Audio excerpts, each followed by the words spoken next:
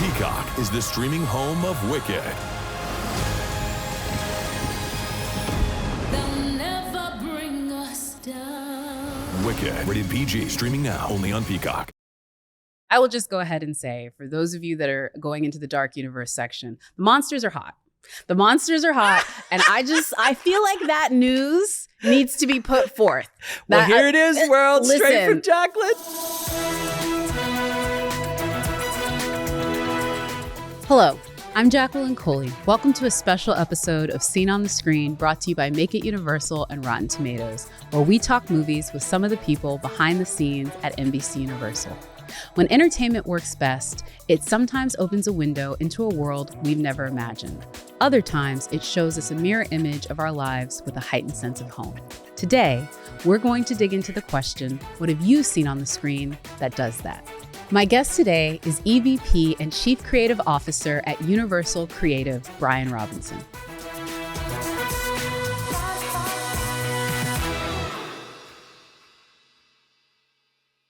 Brian, welcome to Seen on the Screen. Thank you for being here. Thank you so much. All right, Brian. So I want you to tell everyone where we are. But first of all, give us your title and what you do.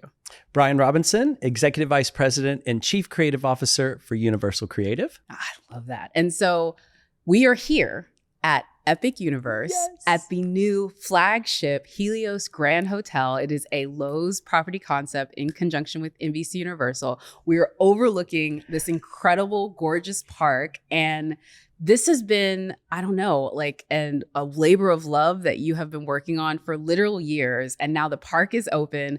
Folks are there. So I'd love for you to talk a little bit about the journey to get to Epic Universe. It is, I think personally, a beautiful journey and one that I never thought possible. And, you know, I used to write and express myself. And then suddenly after 10 years of retail, I end up at DreamWorks in entertainment. And it was this incredible moment in DreamWorks history. Jeffrey Katzenberg was there. It was making film after film, but it wanted to find itself in a bigger kind of vision. It wanted to be a global entertainment brand. And it needed to have all the different touch points that fans could find those stories. And so the team and I started to launch consumer products and television and gaming and theme parks. And the DreamWorks brand suddenly began to express itself in so many different arenas. And about 4.5 years later, I think all of that work paid off and we were acquired by Universal. Yeah. And I got to do all of that incredible work at Universal. We started translating illumination into all of these different creative expressions, Universal films, DreamWorks films. And about 2 years ago, I was sitting in a Universal Pictures meeting and a gentleman named Mark Woodbury, who's the CEO of Universal Destinations and Experience, walked in.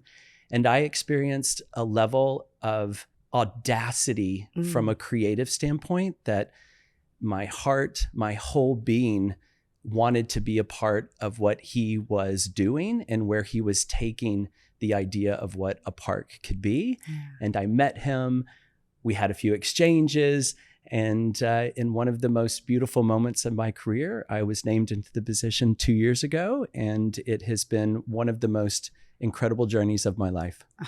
And I mean, look, the proof is in the work. I've gotten to see the park. I've ridden the rides. I've been immersed in these worlds that you literally take us on a journey to. But before we got there, you were really just at one point a young, probably anxious, but really excited film fan who was just like, I love this.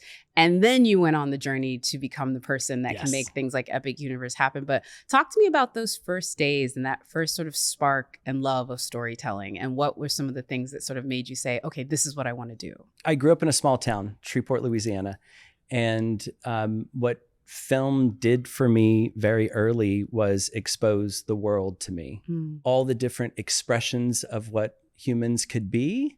And it allowed this little kid who didn't know who he wanted to be, didn't understand who he was at the moment, begin to see in himself the world. Yeah. And so I loved movies. My parents loved movies. My brother, we got to experience them together, that kind of almost collective family feeling. And it just set off in me this love of writing and storytelling and makeup and play. And it just has been beautiful. It's so funny when I'm walking through the park and I see the actors playing out these characters, when I'm looking at the fact that we go through these tunnels and you literally feel like you're being transported into another world. It is storytelling, but you don't necessarily put the storytelling of movie making to the experiential aspect of storytelling when you're like walking through a park being like, okay, where can I find my next cotton candy? And oh, what did we have yesterday? Yesterday we had butterbeer and our butterbeer. You know what I mean? When you're doing that, you're not thinking about it, but that's a huge part of it. So I'd love for you to explain a little bit how storytelling from movies gets married into what we eventually do here and what you love about that sort of creative process. Well, I mean, films create these beautiful stories and worlds and characters. And the idea that a fan could watch a film, a story, a world, and then literally be dropped into the physicality of that world, that is what theme parks do. Yeah. There's 1,000 different creatives who worked on this park. And every decision, every idea is designed through their emotion and their feeling. And when you're walking through it, you don't know, of course, it's happened, but your body does, because you are emotionally feeling things that make you human or connect you to your best friends or your family or let you become a Viking, or finally all the monsters that the world says are monsters and somehow you relate to, you're looking at them and there is emotion and love behind it. Yeah. It completely revolutionizes what a park is. It puts the lush gardens, water, serenity into the center of an idea and then surround it with portals that emotionally transport you to places you've never or only imagined in your dreams. That is Epic Universe. Oh, I love that. And I love folks are going to need to experience it. And before they do, if they haven't bought their tickets already, if they're not walking around the park already right now, I think this is going to give them a great preview. So let's go ahead and dive into some of the films that you've seen on the screen that sort of inspired this journey. All right. Oh, what an interesting china. It looks like young men playing leapfrog. The most iconic dinner party with Albert. It is Birdcage. Yes, said to perfection by the great Diane Weiss. I hope I did it justice to her. I love that you love the Birdcage. I don't think people realize when that movie came out, it was kind of a phenomenon. Groundbreaking. You know what I mean? And just having two male leads and an established loving relationship. And yeah, I'm curious what your sort of like relationship to the film is. Here is the power of film. I grew up in the South, Southern boy. I am gay. I had never seen another gay person in my life when this film came out. Wow. And that is transformative. This is what film does. And I walk in and I watch this film and I feel things that have been deep inside me for so long. And there it is, joyfully, with humor. All of it is discussed. Homophobia, masculinity, racism, all of it just sits in this 90 minutes of wonder and you're laughing the whole time. And the power of how it cuts across political lines, it brings people together and all of it. And then you sit there and it is as powerful today in the world we're living in with the same messages as it was in 1996. And it gave me the confidence to come out to my parents. It allowed me to see a much bigger world. It gave me confidence in who I am. And I will tell you, the power of a film is the confidence in myself that allows me to sit in this chair, being a part of this company and talking to you today. Oh, I love that. And I love that it came from, again, not just a great movie, but it wasn't one steeped in it wasn't the guy at the tragic end of the play. This is literally like a celebration. And you can't celebrate more than watching Gene Hackman say, "We are a family" in drag. Listen, that was a whole moment. Caked on face, wig, white dress. He was serving though. Listen. He was. He was so the whole show. And again, it's not like this was... It was transformative in its simplicity and its humor, and everyone could find their place in it. I think that's what that's the joy of it all. Yeah. Like just joy. Also, who doesn't love an off the rails dinner party? With China? With that is China. for the ages. Oh, love it. Still a hit on TikTok as well. All right, we're going to move on to our second quote. I once had to judge a tidy whitey contest for Lambda Kappa Pi. Trust me, I can handle anything. Let me spray some perfume on my resume. The one and only Elle Woods. I know Legally Blonde, baby. Yes, I know you'll be signed up for the new series that they have coming out. Oh. This was like one movie that then became a sequel, that then became a musical, that's now about to be a television show. And it sort of is the same thing we try to do here with like something like How to Train Your Dragon, whereas it started as an animated and then we had several sequels. And then we were doing now the live action, which is out in theaters right now. And then we also have this experience in the park. And all of them were born from this one story. And I think when it's a really great story, you can do that. And you can have a different sort of experience with the film depending on how you experience it. 100%. And I mean, Elle Woods is so unapologetically herself and so confident in who she is. I mean, we all need to be Elle Woods every day because she just shows up. She loves who she is. She's dropped in situations she should have never been put in, Fair. never succeeded in. Yeah. And she's just like, I'm doing it. And I'm doing it exactly because I know who I am. Fair. And you take that idea, and that's why you have a global hit on a film. You've got a Broadway show. You've got a new television series coming out because the central idea is she projects the confidence that we all want to have in ourselves. Fair.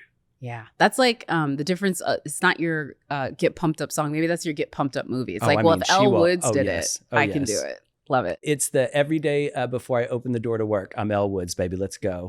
Let's get into this. I dig it. I think Legally Blonde is interesting because Elle was somebody who was never the other in her No. world. And then she steps into a different world and she becomes the other. That is kind of the experience here. The dark universe section and the monsters and the Darkmoor section. Whereas it's like, oh, well, we've seen Frankenstein jumping out of us at a horror ride, but Yes. we haven't seen one where we're like, is he going to be okay? You do that here. Why do I care for him? Yeah. Yes. In the world of monsters, since 1935, The Bride of Frankenstein, and everything monsters have represented in culture, the writers, the creative directors, the art directors knew that they had to first develop something that wasn't just about a scare. It was about the emotional plight of monsters. I know this all starts with a blank page and maybe some IP, but before we get to that, we have to have all of these meetings to where we eventually get to the ride that I did yesterday, Monsters Unchained. How does that process work out? How do you decide what to include and then eventually do all of that and then, I don't know, script it, light it, and make it happen and build it? I mean, here it is. We were born out of a film company. Yeah. And so the storytelling that is entrenched inside of Universal and what it means to actually complete full story arcs is what you're experiencing today. The blank page, which we call Blue Sky, it's the moment where you figure out whether through canon, through culture, through speaking with people, the thing they want to experience most. From the moment you walk in, there are full scripts of your entire journey from land to queue to show 1, show 2, and then every scene in an attraction, whether it is a coaster, a dark ride, a carousel that enlists and envelops you into a full story. Every ride has speakers because they're talking to you. Like they're talking telling to you you. things. They're like letting you know that like this twist, that this is like part of it. I think that is so powerful. How's Igor as a storyteller? Igor's a freak. That's all I'm gonna say. The best way possible. I was like, who let him drive? Well, you did great. No notes. The sweat can stop. I was like, all right, what's coming here? For a park creative, no notes. I think like your entire year is nothing but notes. I'm going to need your help if you don't mind handing me our second popcorn bucket. Yes, here we go. Thank you so much. Lovely helper. These are going to be trivia questions, and these ones are all going to be true or false. The Eatonton family home, featured in the 1989 film Steel Magnolias, was converted into a bed and breakfast in 2003. Okay, 60 miles from my childhood home. Yes, true. Oh, I love that one. Yes, you're right. True. The house sits at 320 Jefferson Street in Nacogdoches, Louisiana. Originally built in 1830s, and it was transformed into the Steel Magnolia House Bed and Breakfast in 2003. I've not stayed here, but I would. Both my parents went to college in Natchitoches. Really? We go all the time. Yes. Really? Oh That my film, gosh. that film's like, it's a little bit of the Birdcage in the sense of like how they use humor Yeah. to like expand the whole arc of life, community, family, death, all of it. And you're just enthralled by it. I did appreciate also is it gave the world a preview into a Southern family tradition, two of which a daughter being making her wedding everyone else's problem. That is a Southern 100%. tradition. And number two, a groom's cake, which is a really Armadillo, baby, blood red, let's go. But the groom's cake, I realized when I got older, that's not a normal thing for Very other people. Southern. That is a very Southern thing. And I like later people are like, yeah, that was like a weird thing that I found in that movie. I was like, no, that's like an everyday thing for where I grew up. When I But- got engaged, I had an armadillo cake. Oh, you did? Somebody knew how to make it. We She had the tried. counter space. I'm just kidding. No. Yes. It was snakes she couldn't do. That was where she didn't have the counter space. No, I love Steel Magnolias. One of the things I think is huge in that movie is you see community. Community was such, I know, a huge part of the creative process of Epic Universe because it had to be, because you Yes. can't have the experience I had in the park without it being that way. I've met some of the park's people. I know how they feel, but I feel you guys made community even with people who had never been to a park before. How did you make that a part of the creative process? It's the basis of that blank sheet of paper. Yeah. You know, people tell you what they want, and fans have such love for what we do, and their biggest dreams, aspirations, wishes, all are the basis of blue sky in the beginning of designs. They tell you what the wish fulfillment is, and they tell you what they want to experience. And that, I think, shows up in every single detail and aspiration of this entire park. And then for you, is there like a Park Steel Magnolia connection too for you? Which I think is crazy because those are just not two movies I would put together, or a movie I would not necessarily put with theme parks, but it is for you. Oh, 100%. Shreveport, Louisiana. 1 hour away is Natchitoches. Mhm. 2 hours away is Dallas, Texas. Yes, sir. So we went to the big city of Dallas, Texas every year, and Six Flags with my mom on a school trip was the first coaster experience I have had in my life. And it's that, like, for all the parents out there or aunts and uncles, when you are convincing your kid, which was me, that you have enough confidence to go on this coaster, which was the Shockwave. It has this is two very loops. Like, it is like Yeah, buried in my It is brain. yeah. But to this day, I can feel my mom like loving me and how much she believes in me and getting me ready for this coaster. I have 8-year-old twins, Aw. and I got to do the same with my son on Velocicoaster. I'll show you a picture of his face. I had the dad don't die arm the whole time on the coaster, like hanging on to him. This is good parenting. I'm digging it. So have they been to Epic? Of course. The favorite world, Okay. which has a lot of history because of DreamWorks, was Burke. Yeah. And, you know, they've watched all the films with me. They've heard all the stories, and they kind of know what I do. And to watch them portal into that and to see 2 8-year-olds stand on the edge of Burke, and then all the dragons, they're everywhere. Yeah, they really It's are. incredible. And so that's one of those very emotional moments where my life and my purpose and my kids just smash together. And it's pretty beautiful. Oh, I love that. All right, let's dive into our next trivia question. Let's go. True or false? In Burke, the Viking village from How to Train Your Dragon, brought to life at Universal Epic Universe, all the statues were hand carved on site. True or false? True. That's insane Is that- because, by the way, these are not statues. These are like full benches. These are like huge structures. Y'all could have just made those in a warehouse in Burbank and shipped them, but you wanted to do them here. Explain how, who, and who did them, by the way, too. Wait, this is artistry at its best and pure creativity. The first film hired an Alaskan chainsaw artist to hand carve live with the chainsaw these gorgeous dragon benches that were part of Burke. And so we re-engaged that artist, which we do around every aspect of the park. Wow. And all 30 benches throughout the park, he chainsaw designed. And then all of the statues are hand carved within the world. And when you go there, you feel you're in Burke. And that's what we have to do. There's no misstep from what people see in film and what their total expectation of what they're going to see when they enter a park. I really will say the devil is in the details. I'm curious what your favorite little detail that's in Burke is. Okay. The moment you walk into Burke, you've portaled, and you see Burke, and in the distance, you see Mead Hall and the giant mountain spiraling. At the very top of the mountain is a dragon house.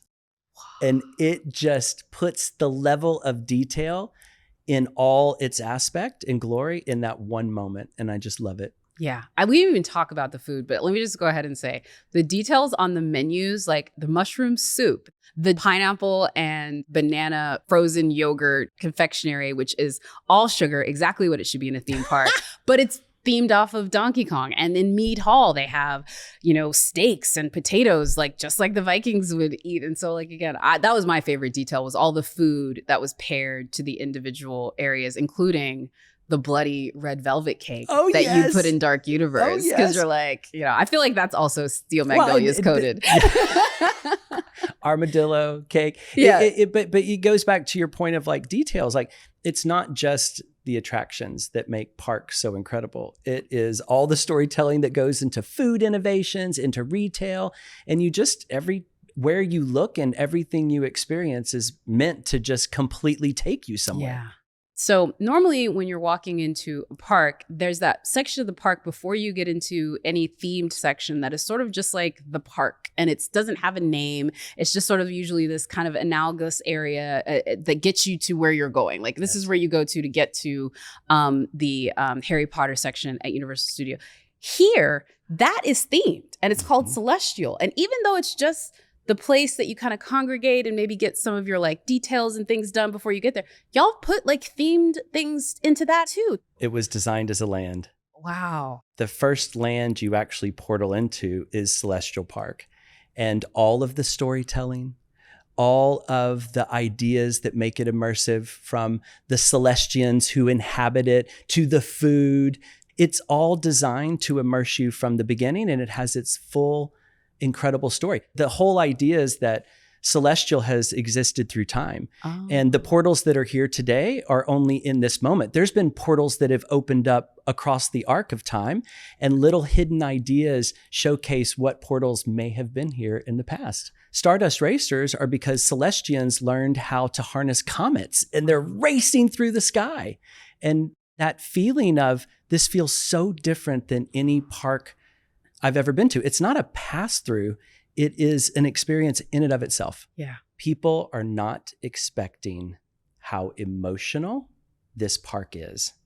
They're not expecting it. Yeah. And I will say it has the range of emotions. So I'll give you one that I want to tell people for, because it's there are scares, there are thrills, there are really heartfelt and I think prophetic moments about childhood and motherhood and parenthood and whatever. But I will just go ahead and say, for those of you that are going into the Dark Universe section, the monsters are hot. The monsters are hot. And I feel like that news needs to be put forth. Here it is, world, straight from Jacqueline. The monsters are hot. That's all I will say. They're definitely thrilling, and they're jump out at you, but in a very Bela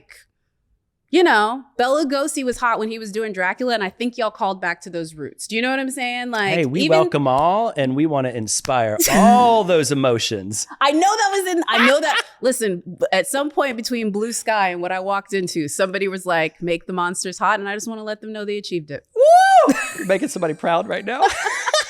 And maybe I'm blushing, but hey. I love it. And now that I've officially embarrassed myself with that, we will continue to do so. If you'll take this back from me. I've got it for you. And if you'll grab this. The Universal Globe. Yes, we're going to dive into it. And now you can, while you're blushing, I will now be blushing as I get these questions wrong.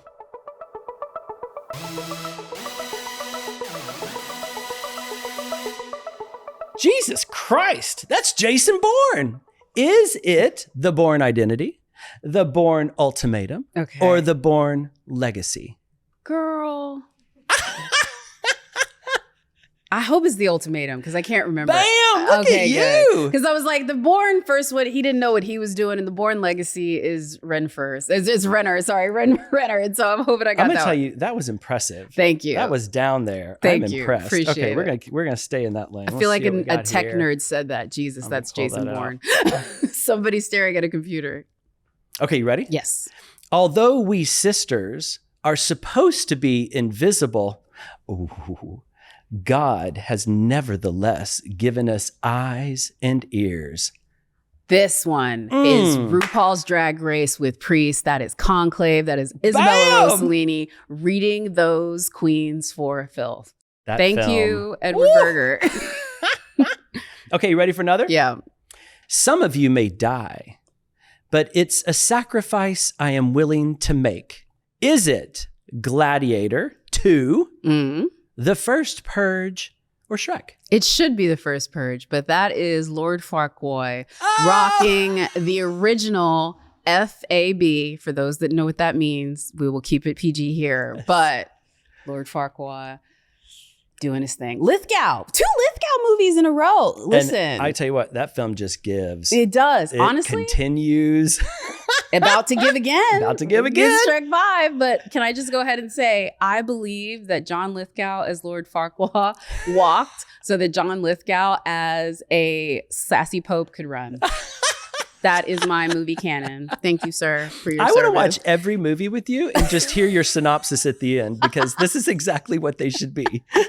Talk to the marketing people. They get me unfiltered. Anyway. Okay, you killed it. Thank you. Here, we'll set these ones down. I appreciate you. Before we get out of here. Uh-oh. You thought you were done. I know, you? you've got more tricks. Oh, I no. do have more tricks. Look. Ah! Favorite movie snack?